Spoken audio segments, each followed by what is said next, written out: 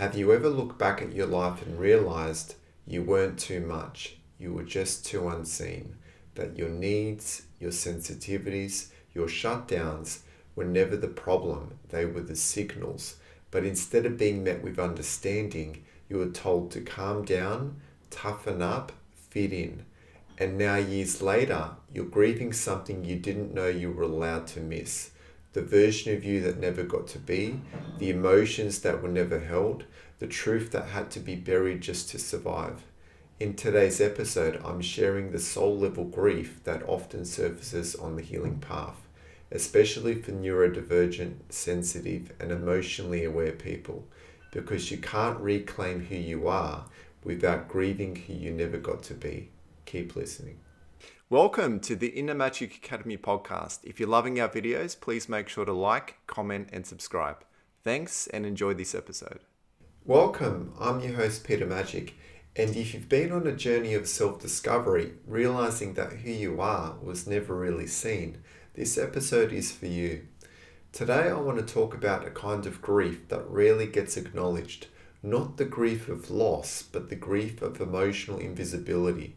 The grief of being misunderstood your whole life, even by those closest to you. This isn't about staying stuck in the past, it's about honoring what your nervous system has carried and what your soul is now ready to reclaim. The key themes we'll explore today are the grief of being emotionally misunderstood as a child, how masking disconnects us from who we really are, why sensitivity, dysregulation, and overwhelm were misread as flaws, the pain of never being mirrored and how that affects self-worth, how healing invites us to grieve the self that was never expressed, and reclaiming your inner child through compassionate witnessing. So the key question to today's podcast is, are you grieving who you were or who you never got to be? Let's dive in. The first segment I'm going to get into is the pain of being misunderstood. So my nervous system was dysregulated from a young age, so I carried anxiety long before I had the words to describe it. And instead of support, I was often misunderstood, labeled as dramatic, sensitive, or too much. But what I really needed was to be seen, to be mirrored back with safety, to be told you make sense.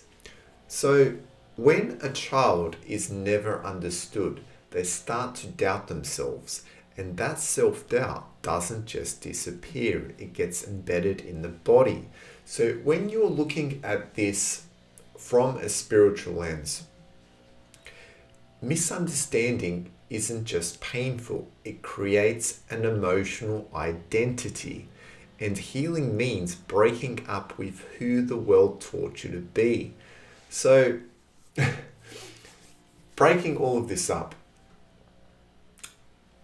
from a very young age, those younger versions of me, how they were experiencing the world, from as young as I can remember, I felt uncomfortable in my own skin because I know how my nervous system was wired. This is something that was carried through family lineage. So this is a generational thing. And because I was, very highly sensitive, and I didn't know till the age of 38 that I was also autistic and ADHD. There's how I was wired was how I experienced the world. It was a whole new frequency in terms of how I experienced the world through feeling, through my emotions.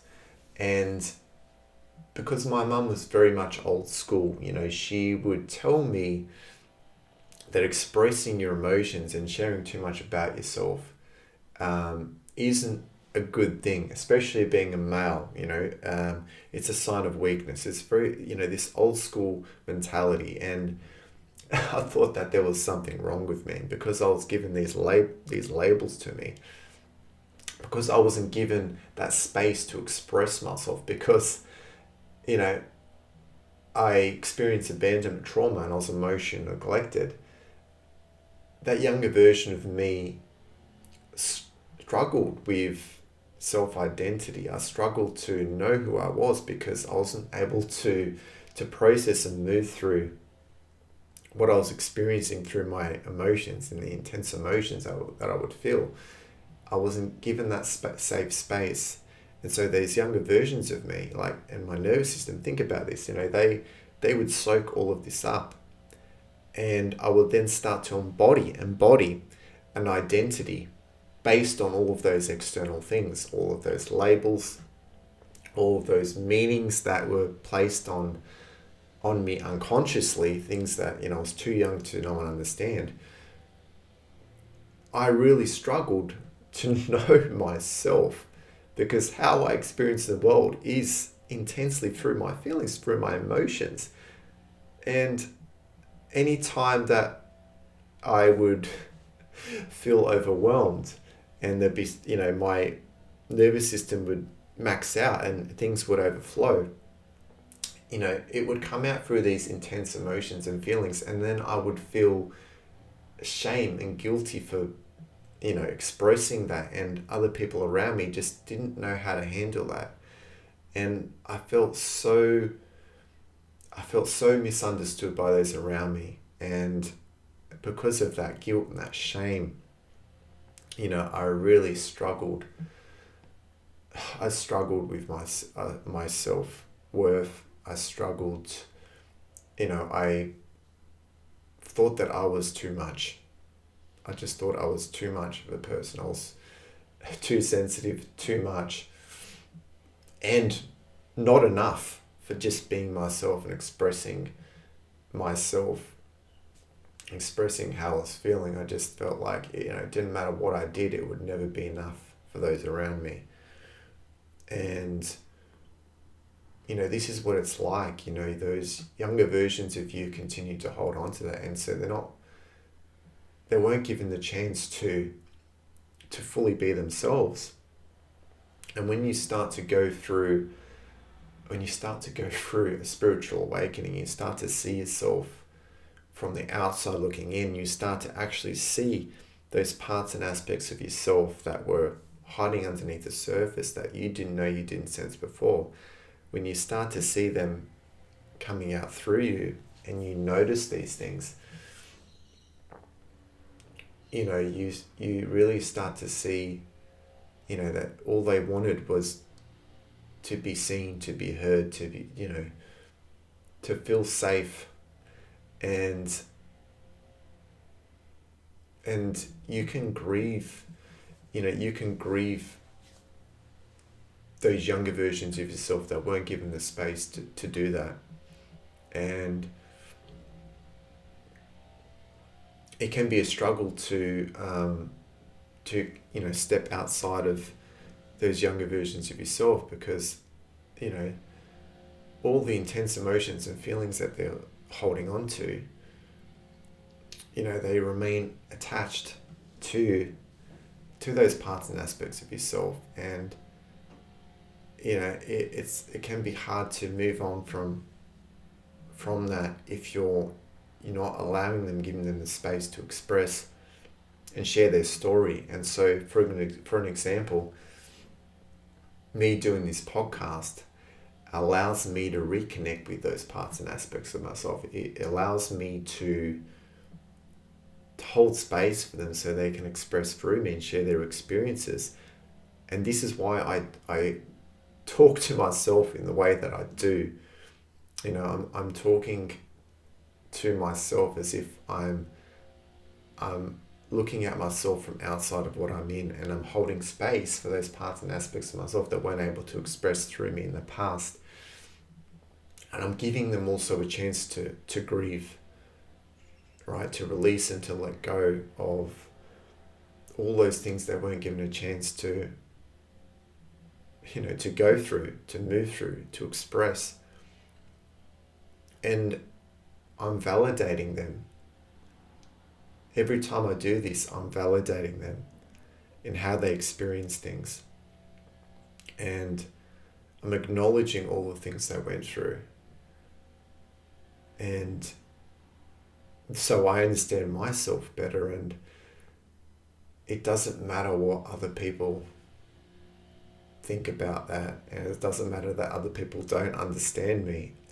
The most important thing is that I understand them, I understand those parts and aspects of myself, and I allow them to grieve, to finally move through, to release and to let go all of the things, all of the things they couldn't do in the past. I'm giving them a chance to do now. Before we move on to the next segment, I'll get you to reflect on this one question. What parts of you were misunderstood as a child? The second segment we're going to get into is masking and the loss of self. So as I grew, I adapted. I became agreeable. I said the right things, smiled at the right times, stayed quiet when I wanted to speak. That's what the world rewarded, not truth, but compliance. But masking comes at a cost. You don't just hide your emotions, you lose access to them. You don't just perform, you forget who you were before the performance began. And this is just summing up what it's like to not be given the space to fully express yourself in how you are experiencing the world through your senses, in the way in which you are wired, in the way in which you need to process through things, right? Because when you look in society, you look just how it's really not set up for, especially people in neurodivergent, especially the ones who experience the world so differently and process through things so differently. Like, they're the ones that need more space to process and move through things. But we live in a world we're not given a chance to do that. We're constantly chasing our tail. Most of us are only in survival mode, and most of us, we're carrying all of those younger versions of us like baggage, right? We're carrying them and they're embedded in our bodies. Our nervous system soaked all of these things up, and we're not being able to process and move through these things. And this is what it's like, we wear these masks, we think we're too much, there's so much going on that we haven't processed, we haven't moved through. And when you're tuned into that high frequency and you experience through your feelings, through your emotions, the world so differently, like, all of this stuff is just in your body, in your cells, in your nervous system. And there's so much that you want to share, that you want to say, but the world doesn't give you a chance to do that. So for an example, for me, this podcast has become a space to unmask, to speak slowly, truthfully, even imperfectly, and to feel safe doing it. So every word is a reclamation. So every time I do this podcast and share all these different topics and things, it allows those parts and aspects of me in the past that weren't given the space to express themselves. Because these words and phrases and all these sort of things, it triggers something within me. It triggers these trail of thoughts that are connected to those past versions of me, and now they're given a space to express through me. They're given a space to, they're given a space to move through all of the feelings and things they weren't given a space to do in the past.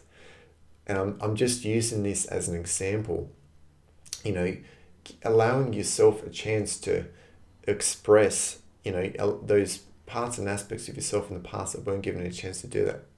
An outlet in which you can do that, however which way, shape, or form that is for you. And, here's a spiritual insight that I want to share with you. You can't unmask until you first grieve why you had to wear the mask. You gotta give those parts and aspects of yourself the space to grieve. The opportunities, the things they weren't given a chance to do in the past. You've got to give them the space to move through that, because if you don't allow them to do that, you're not going to be able to move on. You're not going to be able to step into that version of yourself that's more freer, more empowered, more aligned, more authentic, because you need to hold space for them to move through what they need to move through. And you're going to grieve, and you're going to have ego deaths. You're going to continuously have these ego deaths you're going to go through. It's going to feel like death. I can't count the amount of ego deaths I've had since my spiritual awakening. There's been so many of them, and I know why. I understand why. And I understand the importance of allowing these parts and aspects of myself to move through and to go through that. To summarize all things I was just saying, it's important to really start to build on that connection to your inner child. And you're basically building a bridge back to those parts and aspects of yourself that you've lost access to through your emotional body. And you're basically in these moments that you're triggered and these emotions have been stirred up. These past emotions, these past stories, all the things that are attached to these past versions of yourself. In these moments, you're given a chance to go back to the past and to rewrite the story, and to not only acknowledge what they went through, not only to have deep compassion, self-acceptance for them, but hold the space for them to process, to move through, and to grieve. This is the most important part of healing. Unless you do this, you're not going to reconnect them back to the wholeness of what you already are. You're basically not going to reconnect them back to the might of your soul and your true energy. You're not going to bring them back into alignment with that. And you're not going to then be able to reprogram, right? You reprogram your nervous system, reprogram your DNA, reprogram your own subconscious, and free another piece of your heart. And this is the process of healing. This is a process of stepping into and becoming more of who you really are. This is what you need to go through. Before we move on to the next segment, I'll get you to reflect on this one question. What version of you did the world reward, and what version did you hide? The third segment we're going to get into is grieving the unlived self. So healing isn't just about moving forward. It's about stopping long enough to feel what was never felt. That might be grief for the younger you who was told to toughen up, for the dreams that never felt possible, for the softness you had to hide. And honestly, what I'm feeling right now, even as I speak about all of this on the podcast, even as I know it's powerful and meaningful, there's still a part of me that feels unseen. I'm sharing my truth, but the people around me don't always reflect it back. And it brings up that childhood wound of being too sensitive, too much, or simply too different for my family to know how to meet me. So even now, as I hold space for myself, there's a part of me that still longs to be seen, to be mirrored, to be felt by others in the way I feel myself. So, unraveling all of the things I was just saying, for myself, right here, right now, I'm giving all of this love to myself, and I accept all of myself, and I have compassion for all of myself. And I know that there's nothing that I need to prove to anyone. There's nothing that I need to do other than express myself more authentically and allow, my inner child's lived experience, allow them to express all the feelings and the emotions that continue to come up each and every moment through my outer environment, through what is happening outside of me. I've got to allow them to express what that is. And sometimes what that's going to come through is through these intense emotions and feelings that others around me are not going to know what to do with, are not going to know how to handle. And they're going to continue to feel misunderstood. And it's not about others understanding me, it's about me understanding them in these moments.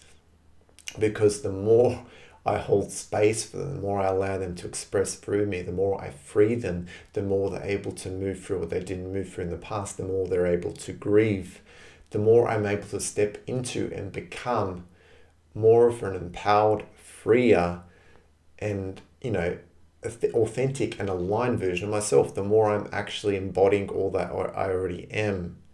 And this is the message here, regardless of what continues to reflect back at me. It means absolutely nothing about the person that I am. And the more I continue to just be myself, the more I'm freeing my heart, the more I'm healing, not only from the experience of abandonment or being emotionally neglected, all the opportunities and chances and things that, I wasn't given as a child. I'm giving that to myself now. I'm basically rewriting my own story. I'm creating my future, and I'm living in alignment with, not only my lived experience, and I'm honoring my inner child and all the things they went through, and I'm allowing them to create something now that, it's not going to be for nothing what they went through. I'm allowing them to create this vision through their lived experience, and I'm doing something that's aligned with what my soul wants, not only for me, but wants for humanity as a whole. And that is to create a positive change on the planet. That is to allow people to move through healing. That is to empower others to step into and become more of an authentic version of themselves. Like, this is what this whole journey is all about. And it's a really powerful message. Like, everything that I'm sharing right here, right now, is everything that I do and that I continue to do every step of the way. And it's important that others actually see this message, and that others feel seen, feel heard, feel understood.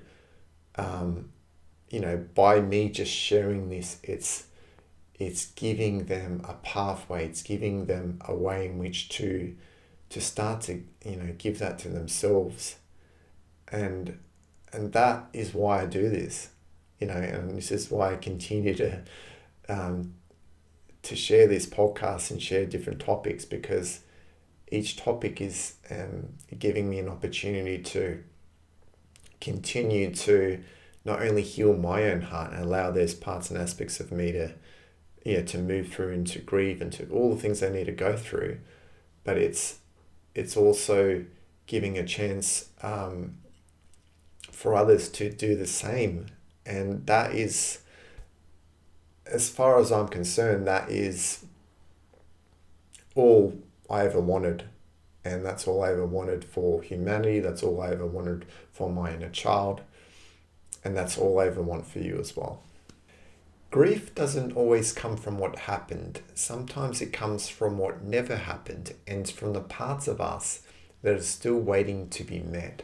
So it's not necessarily always about the experiences and things that you had to go through, the environment you grew up in, all the things that your nervous system soaked up, all of the things that those younger versions of you internalized and embodied and made a part of who they are. It's also the opportunities and things that you were never given, the experiences you never got to really go through.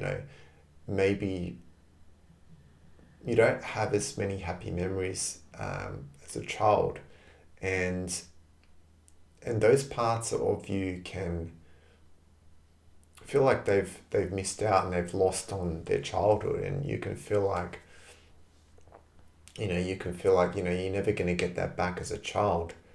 Yes, you can change your future, and you can make their dreams come true, the dreams and the visions that your inner child has through their lived experience.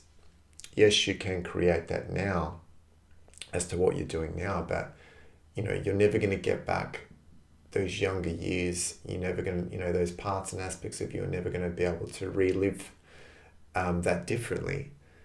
And so they need to grieve that, and you need to give them the space to do that, because it's so important that they're not only acknowledged, they're not only being given this deep compassion, acceptance from you, but they also need to feel, they need to be met by you.